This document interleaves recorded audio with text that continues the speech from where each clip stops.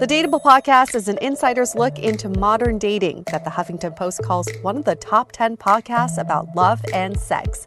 On each episode, we'll talk to real daters about everything from sex parties to sex droughts, date fails to diaper fetishes, and first moves to first loves. I'm your host, Yue Xu, former dating coach turned dating sociologist. You'll also hear from my co-host and producer, Julie Krafchick, as we explore this crazy dateable world.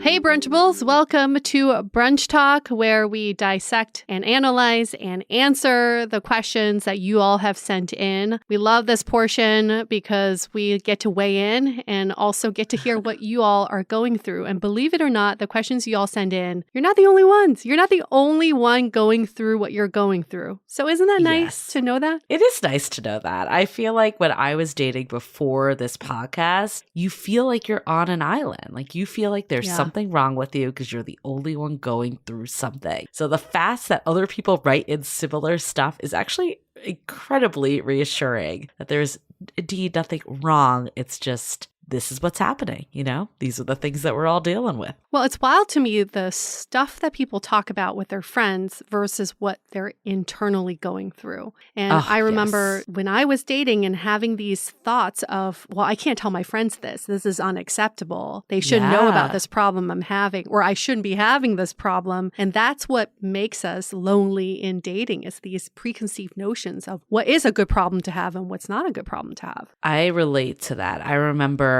I got to a point that I didn't even want to tell my friends about dates because I didn't want them to be like, well, what happened to this person? Yeah. Because, you know, they were here, especially friends that, you know, were in relationships. I had this like married couple I was super close with when I was like doing the height of my online dating. And I remember them just being like, wait, like, what about this person? What about this person? Like, why aren't any of these people coming? And they were all on board when it was a funny dating story or like a hot date story. Interesting that they were living vicariously through me. But I could never just tell them like that I felt really lonely through the process. And that's not okay. It's not like our friends are telling us not to tell them. It's just we have these thoughts in our heads. They're just very much limiting beliefs. I remember when, you know, my last relationship, we weren't having sex and I didn't tell anybody. I didn't tell you till after we broke up. We didn't have sex for a year. And I just thought, oh my gosh, there's something wrong with me. There's something wrong with us. And then I end up, through our podcast, we hear about so many people in the same boat who also feel like they can't talk about it with their friends because it's so taboo. What do you mean you're not having sex in a relationship? You should be having hot sex all the time. It's at your disposal. Like, no, that is what caused so much conflict in my mind, is feeling that loneliness of like, can't tell anybody. I feel like everyone should grab their bestie, play this podcast before you go to brunch, and go to like, I don't know, you know, like how there's like tasting menus for dinner. I feel like there should be like a tasting brunch menu that you can be there for hours. And it's socially acceptable to sit there for hours. Maybe like the first 30 minutes, it's, you know, the surface level. Things are good. Things are great. And then every course comes. You know, we talked about it in our recent episode with Dr. Tasha Urich, the dinner of truth. I feel like it needs to be the brunch of truth. Maybe her version was kind of like you ask someone like, what's the most annoying thing about you? Maybe not that for the brunch, but maybe you could be like, this is what's really going on with me. Like, I'm going to get real with how I'm feeling about things and guarantee it'll make you feel less alone. That's for sure. Maybe, set an agenda. But not in those words. That sounds very clinical. But maybe there's certain prompts. The first bacon course, we're going to discuss this. Then on Part eggs. 1. Part 1A. But maybe, you know, you do the major life updates first, get that out of the way, talk about something fun that's happening. What's a fun plan or a trip that you're looking forward to? And then you get into what is something that has been on your mind lately. And that just that question alone could open up something, right? Like we can go a little bit deeper at these brunch talks. You know, like I never obviously want to wish things that are bad for my friends, but I do think back to like a lot of the defining moments when I became really close with people. Yeah. And it was when they were sharing things and I was sharing things that weren't going peachy keen. And I think that's just the reality, is like life is not always super smooth. Like even when it appears like you have all your ducks in a row. I had a friend recently tell me just like what was really going on with her. And I was like, I feel closer to her because she was able to express that. Good. So I hope we can all get there. But you can always just start with us first. We'll answer your question in front of thousands of people. But no one knows it's your question. That's the best part. But this is a good one today. I think a lot of people, we've heard many variations of this question over the years. We got a more specific example that we'll read, but we actually got multiple versions even sent to Brunch Talk of this. So we kind of paraphrased the general question and used one specific example to go off of, but very common thing we'll go into. And the question is, I'm having doubts about my current relationship, but I'm afraid of starting over. Whew. I've been there.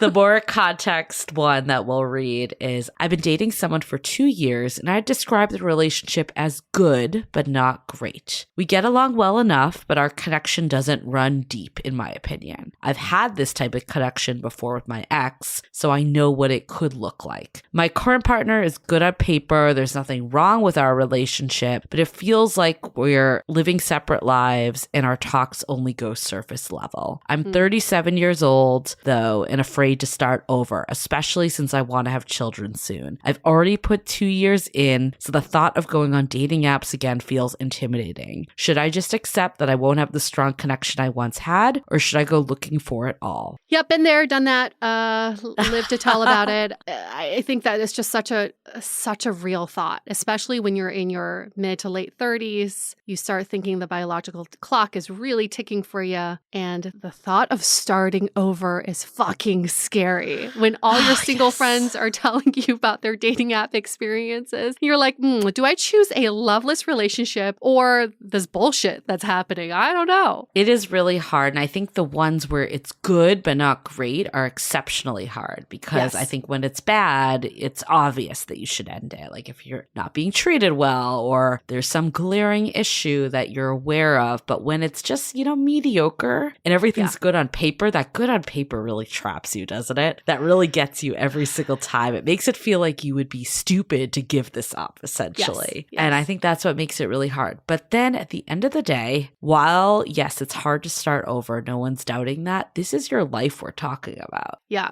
This is a long time to be with someone. So I feel like, we're so picky about, what shoes to buy and shit. Like, why wouldn't we want to be selective of who we end up with? I don't actually think it's about starting over. And I hope we can reframe that a little bit. Everything we do in life propels us forward. It's not about starting over. You're actually, if you were to break up today and you start dating tomorrow, it doesn't mean that you're starting from ground zero. It just means that you're starting a new chapter. So I think first and foremost, reframe that it's not about starting over. The second thought I have is I recently had a friend who told me that his grandma changed her career path when she was 50 years old. She wanted to be a lawyer. And by the time she graduated from law school, she was already in her mid-50s. And everybody was like, what are you doing? Like, isn't it too late for this? And her response was, I'm going to be old anyway. So why not do the thing that I want to do? And I feel that way about this situation too, is it's not about time lost. You're going to be aging anyway. Yeah. Why not be in 2 years from now? Wouldn't you rather be in a happy, healthy, fulfilling relationship, even maybe with your current partner, rather than where you are today? So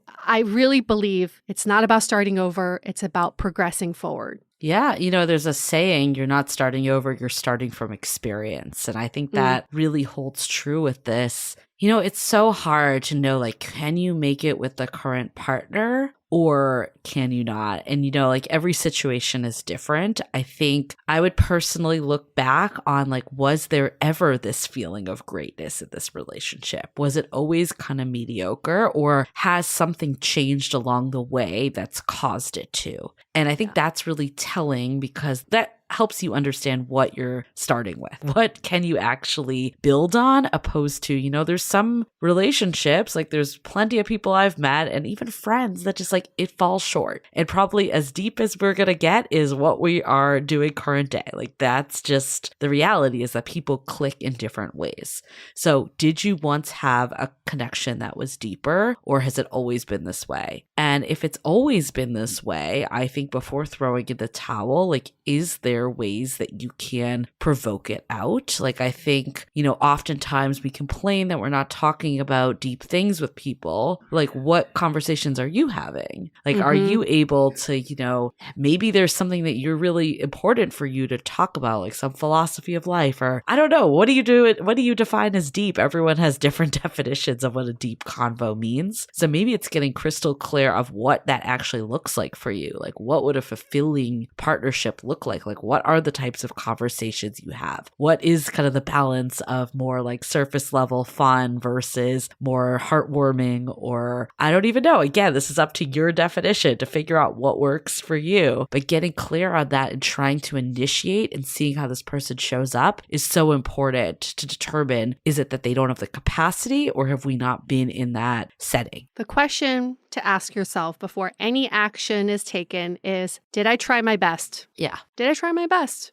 If you did try your best to salvage the relationship, then you can rest assured that you can move on from it. But if you think there's still room for improvement, I always believe in working on the relationship first before bailing. And if your partner's willing to get on board, I don't see any reason not to try. I mean, for so long, when I was dating, I would bail when the relationship felt stale, or I felt complacent, or it felt they were complacent. But why didn't I just pause and think, hey, how can we work on this together? And if you don't give your partner that chance, it's actually really unfair for them to not make that effort with you. So think about that. It's like, did I try my best? And if there's still room for improvement here, what is the next step I can take? Some things that couples, especially earlier, like in the first couple years, what they're blessed with is the lack of huge life events. A death in the family, someone getting laid off, having kids. These are huge life events that sometimes bring couples closer together. So you should feel blessed that maybe you haven't had these huge life events, but you can make them as hypotheticals. Oh, my friend from college, her husband is suffering from stage 4 stomach cancer. If that were to happen to us, how would we want to make this relationship work? Hypotheticals. I think there's nothing wrong, especially 2 years into a relationship, have these conversations about the hypotheticals in the future. And that's how I think many couples find that vulnerability to become closer. Yeah. Let's hold that thought for a few messages. Wow. Thank you so much to so many of you who've already registered for this cohort of our Finding Your Person program. We are absolutely thrilled to welcome you all. And unfortunately, due to the high demand and number of people who've already signed up, we will need to end registration early. Now, our previous deadline has been moved up to the 24th. That's June 24th. Again, the new registration deadline is now June 24th at midnight Pacific time. We are just about at capacity and can only take on a certain number of people this cohort. If you're serious about finding your person and to enjoy the dating process along the way, get in on registration before the 24th. The Finding Your Person program takes our years of researching daters and dating patterns to crack the code on love. In this program, we walk you step by step through the method, prepping you for your person who may be just around the corner. Head over to findingyourperson.com and register. Again, that's findingyourperson.com and register by June 24th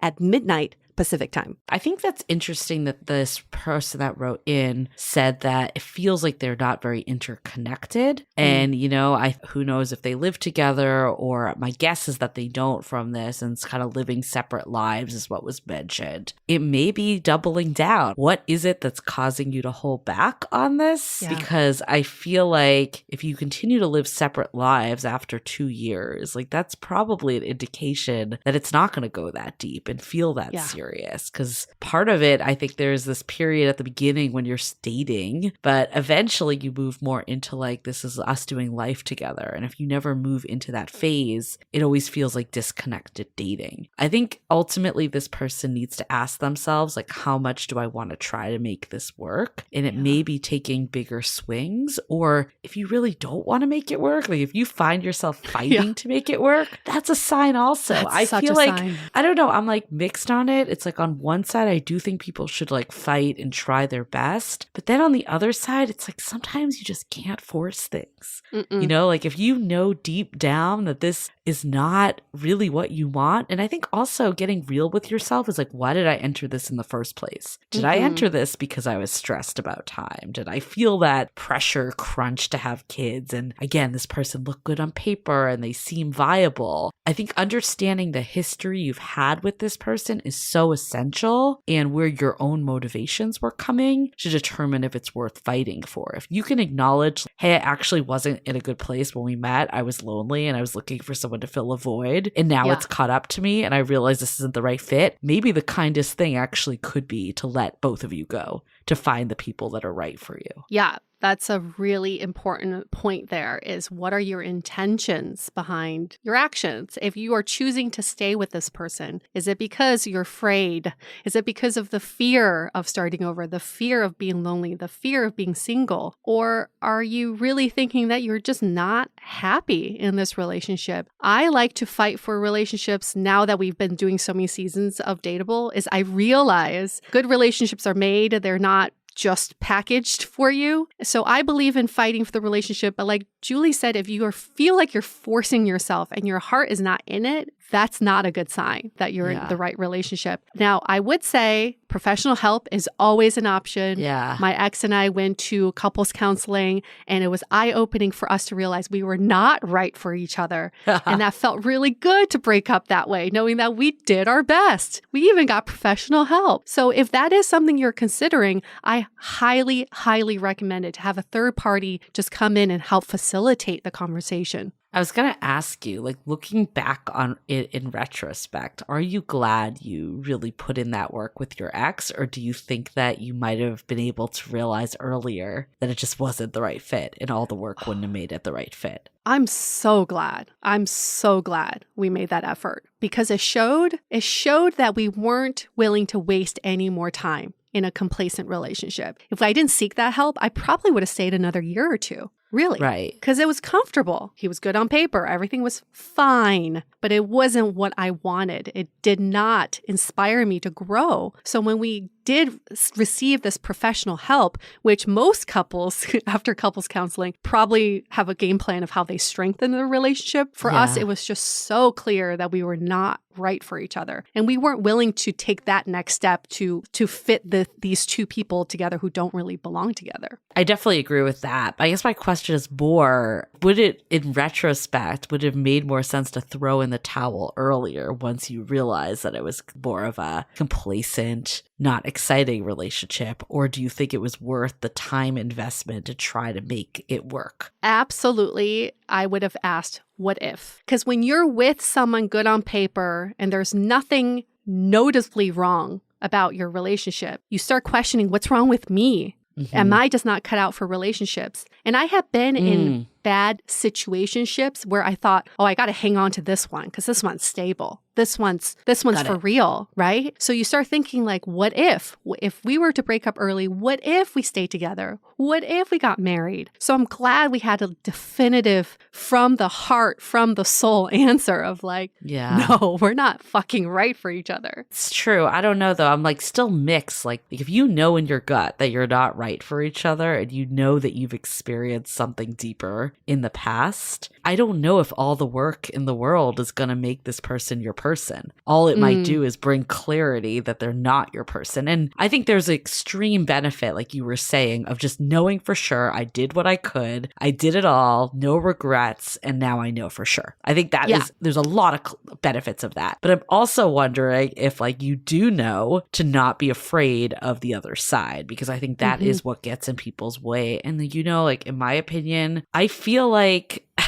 I'm a romantic, so I'll caveat it by saying that. But I do feel like you should hold out for this person that, you know, really gets you and like you really have that, that deep connection with, because I think this person is ultimately so important in your overall well-being, the trajectory of your life. Like this isn't a decision that's like made lightly. And I feel like so many times we're all just trying to check the box and prove that we can be in a relationship that we don't think about, okay, what about in like 10 years, 20 years, 30 years. Like, do I want to be with this person? So I think it should be a decision that's not taken lightly. And if your gut is telling you that this is not the right person, I think it's important to listen to that. A point taken. I totally agree. Sometimes you just don't have that clarity. Maybe your gut's like, I don't know, right? I think even in this person's situation, she felt that connection with an ex, which didn't work out. In my situation, same thing. I felt a stronger connection with other people in the past. Those didn't work out, ended up hurting me. So I thought maybe I don't really need that deep of a connection. I need more stable of a relationship. And to be frank, if my partner was willing and we were both willing to work on the relationship, in the lifetime of a partnership, you're going to have times where you don't have that deep connection. You're going to lose it sometimes. And then you have to gain it back. So it's not really about like, is that connection there for you to make this intuitive decision? I think it's like, it's about two people. Are they willing to even work on getting that connection back? Yeah. No, I mean, I think that's a big piece of it. And I agree that like there's going to be times in every relationship that you might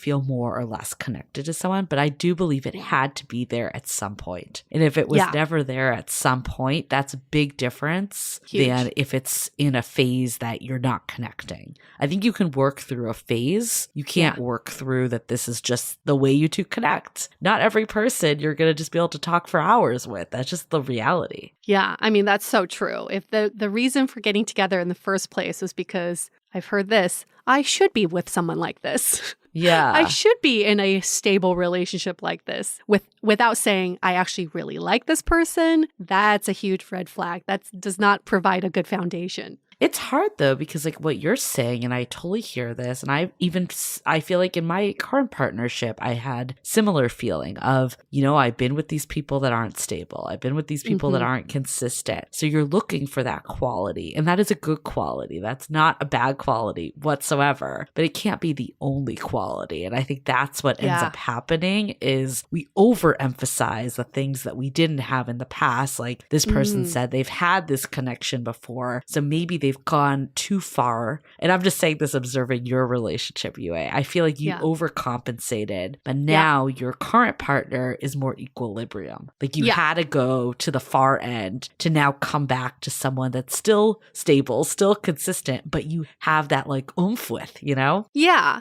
But I had to get through the last relationship. Exactly. To really appreciate this current relationship. So again. So it's no time wasted. No time wasted. Yeah. I did not start over. Although, I was, 38 years old?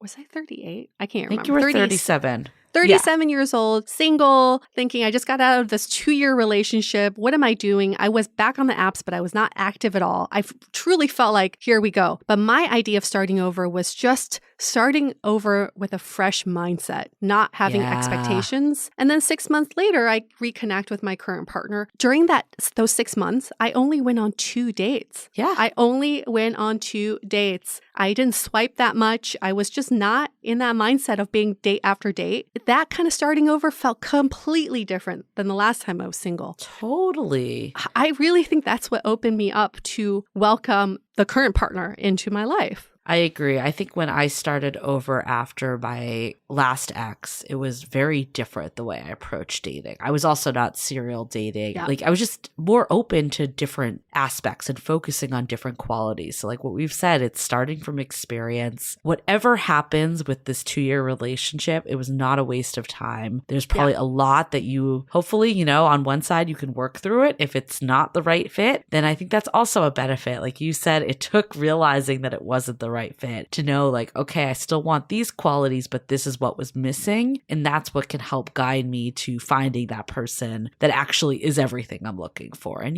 we all deserve that everything. And I think like sometimes it feels like it's a lot to ask for, like someone that's going to be our all and do all this. But if you are intentional about what you're looking for, you don't have crazy like expectations, like a laundry list going down for miles. But if you're like clear on, you want someone where where there's a great connection. You want someone where you feel safe and secure, and you want somewhere where, you know, there's physical intimacy. Like, that's not too much to ask for, I don't believe. Yeah. And I'm not a romantic like you, Julie. So I don't personally believe I will ever be with someone who can give me everything or have everything that I'm looking for. But I do believe that this last time around, my intention was just finding someone who was willing to grow with me and someone who had that same mentality of adventure in terms of physical adventures, but also mental adventures. So my partner certainly does not have everything I'm looking for. The one quality is that we are both able to evolve and grow together. And that's what I want. Yeah, well, no one's going to have every last quality. I'm not even that much for romantic. But I think it's defining what qualities really ultimately matter to you is a big piece of it. But I think what I'm really gathering from this conversation is every situation is going to have nuance. The more you can understand and know your own situation, your own motives, your own reasoning, and decide, like, is this something we're both going to try to, like, fight for? And I don't even like the word fight for, but, like, try to make work, essentially. Try to make it work. And at least we know we gave it our all. Or again, if we one or both of us feel like it's not worth fighting for or worth trying, then we have our answer also. And again, not starting over, starting from experience.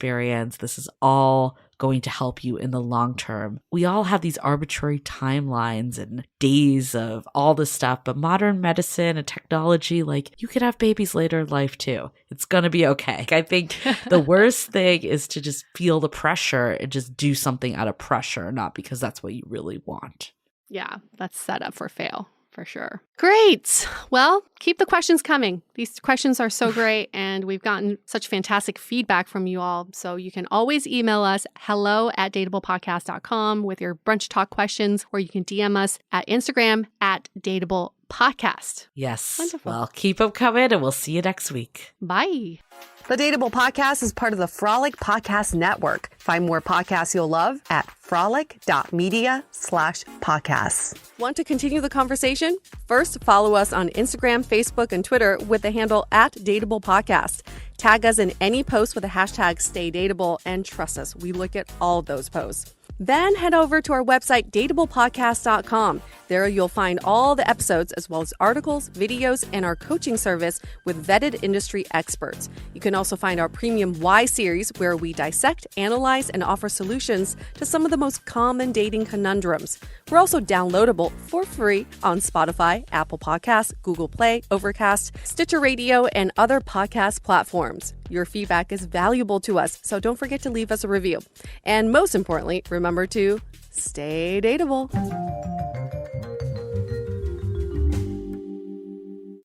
With Eversense, the long-term sensor helps me spend less time dealing with my CGM. I only need 2 sensor changes a year. If you're on multiple doses of insulin, you might greatly benefit from the Eversense E3 CGM system, the only continuous glucose monitoring system that lasts for up to 6 months with one sensor. Still doing frequent sensor changes? Break free today with Eversense. For important safety information and to learn more about Eversense, please visit eversensediabetes.com/safety. You could save big when you bundle your home and auto with Progressive, but when we just come out and say it, it feels like it falls a bit flat. So we're going to tap into human emotion, first with some music. Then in a serious tone, I'll say, save big when you bundle your home and auto with Progressive. And even though it was about saving money with Progressive, we'll fade out the music so you know it was poignant. Wow, powerful stuff. Progressive Casualty Insurance Company and Affiliates. Discount not available in all states or situations.